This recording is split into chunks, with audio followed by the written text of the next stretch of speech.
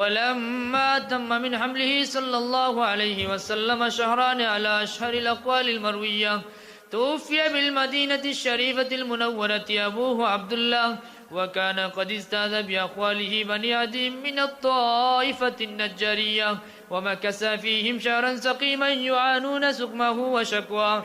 ولما تم من حمله على الراجع 9 أشهر قمرية وآن للزمان أن ينجلي عنه الصدى، حضرت أمه ليلة مولده آسية مريم في نسوة من الحظيرة القدسية، وأخذها المخاض فولدته صلى الله عليه وسلم نورا يتلألأ سنا.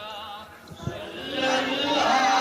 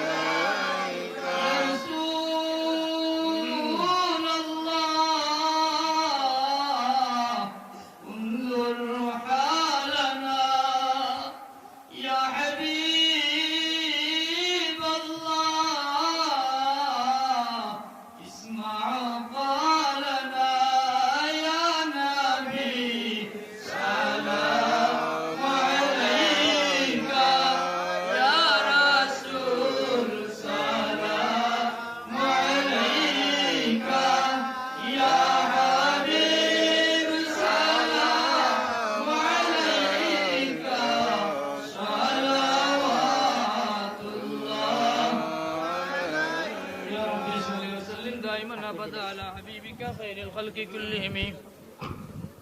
تكبير